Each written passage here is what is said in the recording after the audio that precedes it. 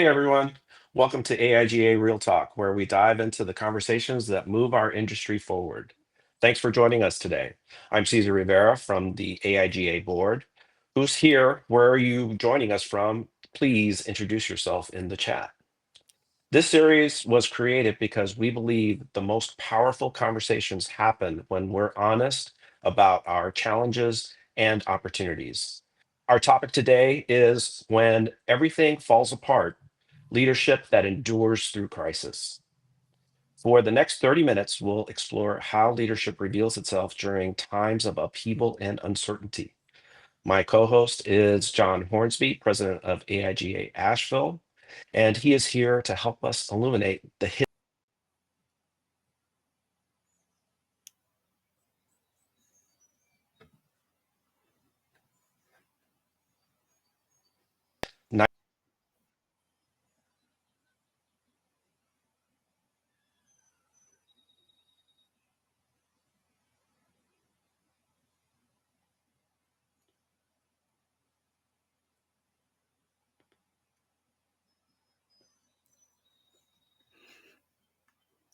Well, hey, everybody. It looks like we lost Cesar for a moment there. So I'll go ahead and get us started while he gets back in. Hey, Cesar. Hello, sorry. Man. You and I spoke a few days ago, and I think we covered quite a bit about how crises reveals aspects of our leadership we didn't know existed, and steps we took to prioritize our team's well-being and our own well-being. Please share your story with us, and would you also speak about how you maintained your composure during so much chaos? Yeah, so I think when crisis comes, it doesn't really ask if you're ready because nobody's ever ready. It just sort of reveals who you are. And it can happen at different scales, at the individual level, local, regional, global. And I've had the unfortunate opportunity to experience all of those. um, at the personal level, as while serving as president of our chapter, we formed our AIGA chapter just a few months before the COVID pandemic struck. We immediately, in pretty short order, had to really reevaluate what we were doing as a chapter and what we were doing for our community. Of course, most recently, we've had the Hurricane Helene disaster, which really did a ton of damage to our region. And we had to navigate that. And COVID and Helene had a lot of similarities, but a lot of differences too. During COVID, that was a global scale, right? And everyone was going through that. We were all isolated, but we had technology to connect us. And one of the things as part of our leadership that we had to do was kind of check in with our board, our membership, and give everyone an opportunity to kind of reevaluate where they were, because when you have a major crisis happen, everybody's priorities change, everybody's situations changes. Some people are gonna be in a position to be able to step up more. Some people are going to need to step back, and there's no shame in either of those, because even as being in leadership, you have to know when to step up and also when to take care of yourself and step back as well. That's so true. A lot of what had been going on during COVID and most recently awaiting RIF notices, you know, people being put on admin leave. There was a lot of uncertainty and anxiety from the team. And there were times when I was just like, oh my gosh, this is a lot. This is almost overwhelming for me. And I just need to step back for a moment and take a walk or pet a puppy or something. It was a lot. And so the challenges of leadership are so much because we feel so we feel so responsible for so many people that there are just times when it's just like, you gotta do the best you can. One of the things I kept saying during the beginning of the year is that we're doing the best we can with the information that we have, because there was so much speculation and so many rumors about what was going on, and I was really focused on helping the team remain focused on our mission and making sure that we were getting stuff done, even though there was this looming thing going on. Um, I'd like to ask you, what small sustainable practices helped maintain connection when your organization was under pressure? Well, I think that points to an important point, which is that when a crisis like that hits, connection and community is kind of priority number one. Um, you know, when COVID happened, that was very much the focus. Now, I was in a situation where myself and my wife, we both lost our jobs on the same day, which was a struggle. But it also meant I had free time on my hands. And so I really wanted to double down on community, and helping to connect people. So both, through my AIGA chapter, we started organizing, virtual events to kind of help people just come together. Everything from just like getting together and like watching a TED talk and talking about it to hosting sort of virtual panels on how to try and like do business and market in this very weird time where um, it can, you don't want to seem or actually be tone deaf to what everybody's going through, but at the same time everybody's still trying to figure out how to put food on their table. And so there's a lot of need for people to come together. I was also involved in our Creative Mornings chapter in Asheville as well. And similarly, just kind of helping, move things to virtual platforms like this one, which now we're all super used to. But at the time, many people were trying to figure that out and how to make it work. Um, and then we even just, getting people together, to go on hikes and things like that. Um, at the end of the day, y- with something like an AIGA chapter as an organization, like we don't sell commodities. What we offer is belonging, community, resources. And so when things are going sideways, it's all about the people and about connecting each other. So like when Hurricane Helene happened, that was a little different than COVID. We had a total communications blackout. People had no power. People had no water. People had no Wi-Fi, no cell phone, no connectivity. The only way people could communicate with each other for a while was the radio. And so, hats off to our community radio stations who basically just canceled all programming and turned it into 24/7 hotline to try and connect people. And just by the roll of the dice, I was um, not as personally severely affected by the hurricane. I didn't have a tree on my house. I still had a house.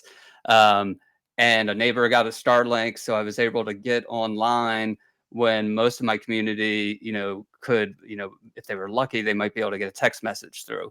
And being able to activate our networks and our community is like the most important thing that we could do, and that's only possible if you work on building and nurturing those during good times, so that when things go bad, I can reach out to people like you and all the other AIGA chapters and say, hey, things are bad, we need help, and people will step up and help. I know Yeah, you in your situation, president of AIGA, working at the CDC. Obviously, we've got other types of crises going on in the country right now as well. How have you managed through that? yeah. One of my challenges was I considered resigning my position as president of AIGA. for the national board, because in the early days of DEI offices being shut down and people being let go from their positions. A lot of those people who were in DEI offices doing that work, um, their their personal information, addresses and phone numbers were published online, and they started getting death threats. And I didn't want any of that to blow back onto AIGA in any way, because we really do believe in diversity, equity, and inclusion here. And more. So there, I was so concerned about that. And then after talking to a few people and telling the board I was thinking about it, everybody was so supportive. They were like, no, don't do that. Like, and it was very encouraging, and I really do appreciate everybody who lent their ear to me, to listen to me during that time, because I was just like, oh my gosh, I don't want any of this to happen to anybody. This is bad. But yeah, so I same here.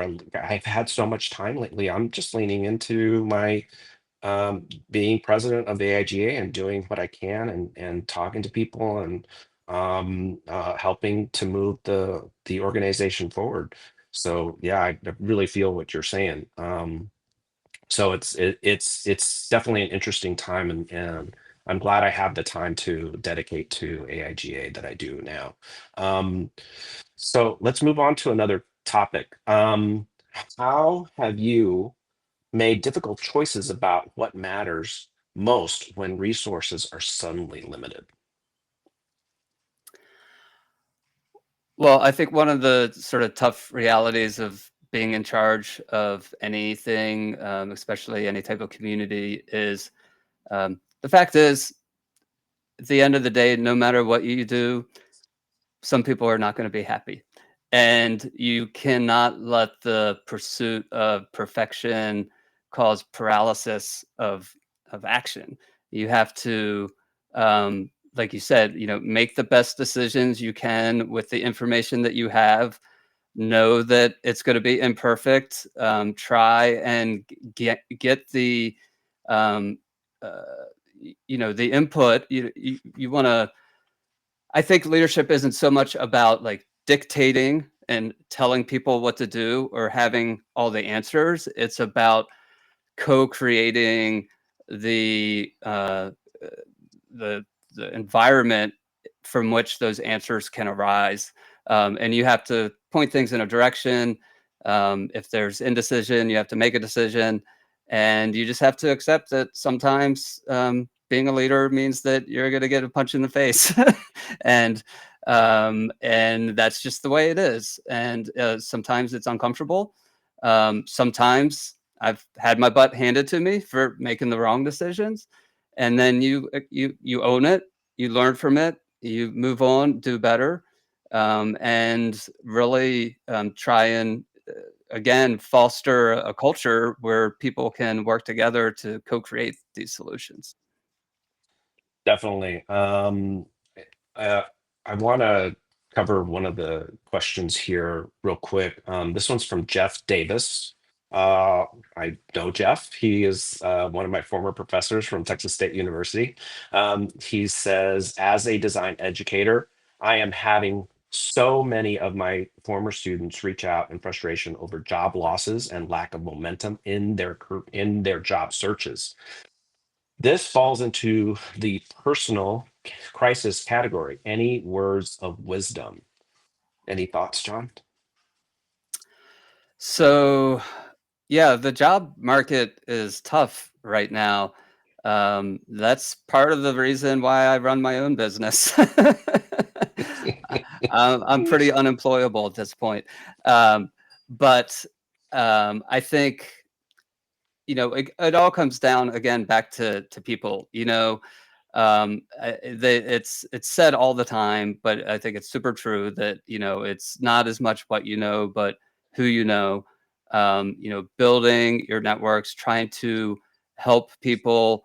If you're just starting out, maybe find a nonprofit or civic organization that you're passionate about, that you want to donate a little bit of time to, create some work that you want to attract more of, show the work, get out there to events, whether it's something like this and connecting with people in the chat, then follow up, actually get to know them and think about, not what can they do for you, how can you offer them some value? How can you show a genuine interest in who they are and what they're going through and how you might be able to help them? I kind of believe that just, if I want to be successful, the more people that I help be successful, the more that will come back to me. Yeah, as I continue to look for a new position, I was speaking with someone and they told me, it's rough out there right now. It's rough for a lot of people. Don't get discouraged, because I've been getting discouraged. I had gotten discouraged because I was like, oh my gosh, what's going on? A lot of ghosting, a lot of no's, a lot of thanks for applying, but we're moving on with somebody else. And it gets discouraging. And they're like, keep your head up, keep going, because it's not just you, it's the industry at the moment. So keep going, everyone.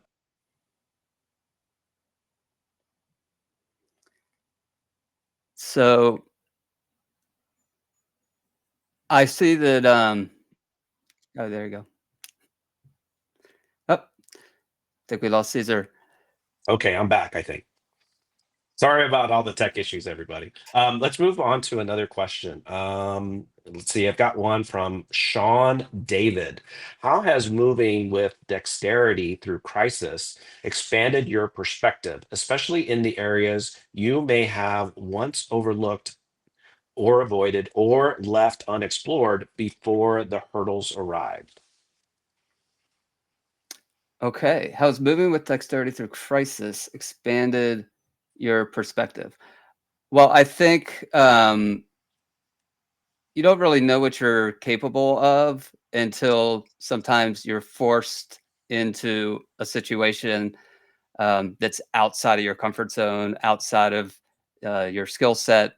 Um, but I think that, as designers, as creatives, every crisis and disaster is essentially a design brief. You've got constraints, you've got problems to solve, and you have to get creative on how to do that. And there's not like there's just one answer. There's infinite ways that you could solve a problem, and so that's really um, something that I've learned about myself is I joke, my wife and I have joked about this a lot, that because we often have done jobs that we really had no business doing before we got the job, if you just go on our past experience. But we have a lot of experience at doing things that we've never done before and figuring out how to do it. And I think as creatives, as designers, that's sort of a superpower that we bring to the table for situations like this. For sure. Yeah, I think um, every time something like this happens, passionate about those I work with, or those that I have contact with. It's like, you don't know what others are going through. You don't know what their situations are, and you just kind of got to be there to say, "Hey, I'm here to help if I can," and or if you just need a friendly ear, like I'm here as a however I can help. Just let me know, and let me be a sounding board if that's all you need. So Ariane Miller, who is also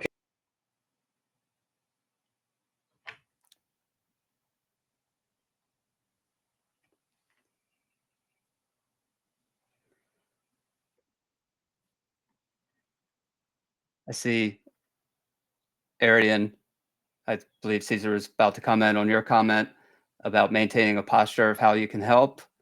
That doesn't mean you shouldn't communicate your own needs.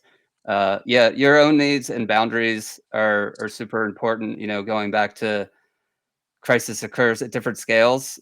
Starting with the personal crisis and all the bigger scales than that have the personal crisis inside them, and sometimes you have your own personal crisis that's not affecting everyone else. My family had a severe mental health crisis with one of my children this year. And, in that moment, leadership for me meant, going to my team and saying, I can't lead right now. I need you all to step up because I have to prioritize this personal crisis that I'm dealing with. And so I'm not in a place where I can effectively lead others in this moment. I have to focus on my family. And so, thankfully, we have an amazing board, we have an amazing team, and they're all good friends. And everybody was, willing and able to, of course, do what I needed to support me, because you can't always be the one supporting others. You have to take care of yourself, and you have to be able to ask for help when you need it too. Hey, apparently there's a really good question from Tang. Can you read that one? Tommy. Because I don't see it because of my glitches. Oh yeah, yeah. I'm scrolling I'm through the dropping the chat, feed. looking for it. Tommy. Tommy from Maryland. I Is this the guess. same Tommy? All I'm seeing is Lane is saying, "Great question, Tommy." Tommy, can you drop it back in the chat? Pop it back up top, and we'll grab it. Yeah. Um, yeah. This being a leader is more than like you were saying. It's more than being about knowing stuff. It's just you get the information that you have and you do the best you can and you hope that your leadership will guide people through the tough times and it's certainly a challenge. All right, I got Tommy's question here. What Yep. if your manager has no clue about design and abuses your workload? I'm sure no one on this call has ever experienced that. Never, ever, at all. It's tough. Oh yes, I think we all could probably relate to that. That is certainly that could be super frustrating to be, under a manager who just doesn't get it, doesn't really understand what you do, doesn't realize what's actually involved or how, pulling this lever here affects this over here. Um, you know, there's a couple things you could try and do. You could try and come to reason with them, not in a combative way, but in a human way. Now, different manager personalities are going to be different, but I might, say, hey, can we go grab lunch one day, and then just sit down and just start off with appreciation for whatever you can be appreciative of. But hey, I'm really struggling with some things because um, you know, when this happens, here's the effect it has on me. Here's how it makes things feel. Here's the effect on the bottom line. Like what's their motivation? What are they? If they're abusing you, they're probably trying to chase some sort of metrics that they're counting on you to deliver on. And if you could sort of frame it in the terms of what they care about, and then also just being real about, hey, we're two people. You know, you're a human. I'm a human. I can only do so much. You can only do so much. How can we help each other better to work together? Here's what's not working for me. Here's what might work better. That may or may not get you anywhere, depending on the type of manager you have. But that would be an approach that I would try.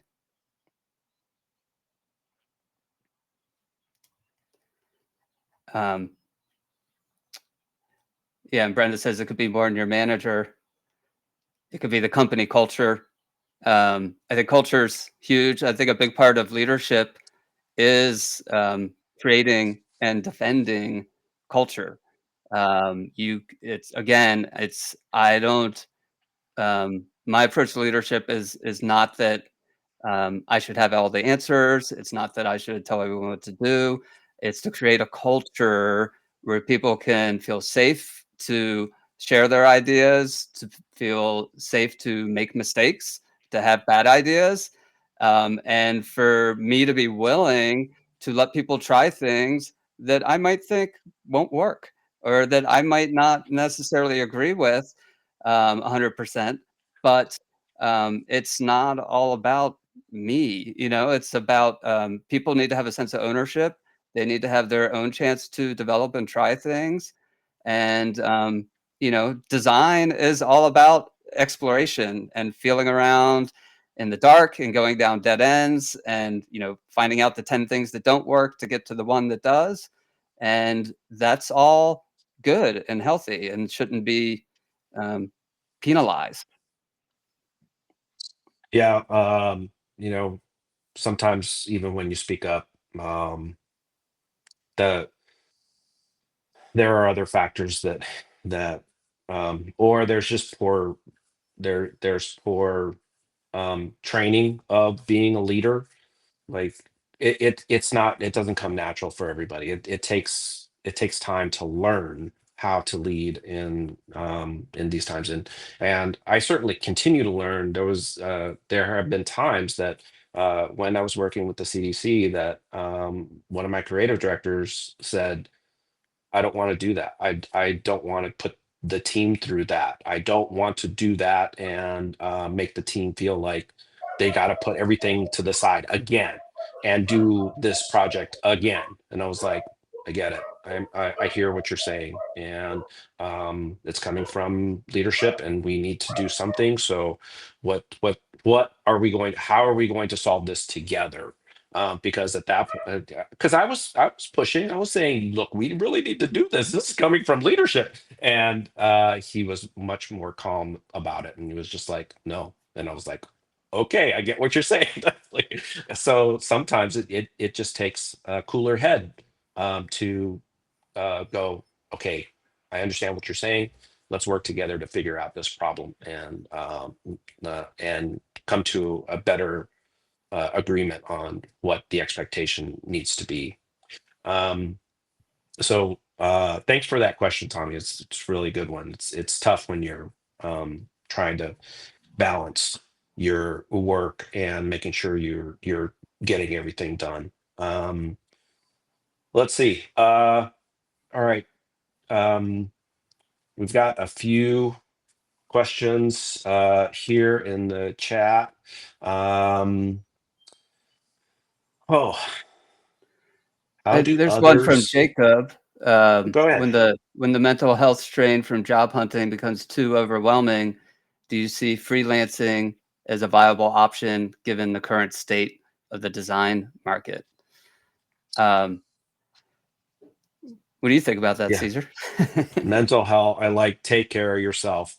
Everyone, please take care of yourself. Like I said, take a walk, pet a puppy, do something, because it's not good to get lost in this. When I first started CDC, it was right in the middle of COVID, July 2020, and it was like nonstop work, work, work, work, work, work, work, work, meeting after meeting after meeting, not like back to back. And I was like, this is not healthy. And I started telling people, like, get up, walk away from your desk for a little while. Like, you don't feel like you're chained to your desk.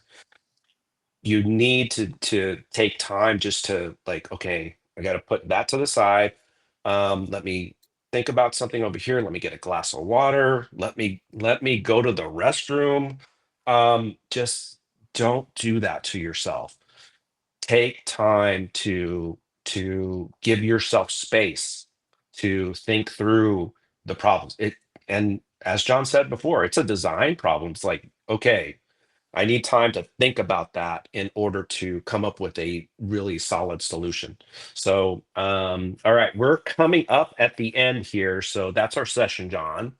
Thank you very much for joining us from AIGA Asheville and all our attendees for great questions and comments. As a friendly reminder, AIGA is a nonprofit membership organization dedicated to supporting designers and creative communities. Membership helps us invest in your careers, the design profession, a nationwide network of creatives, and programs like this.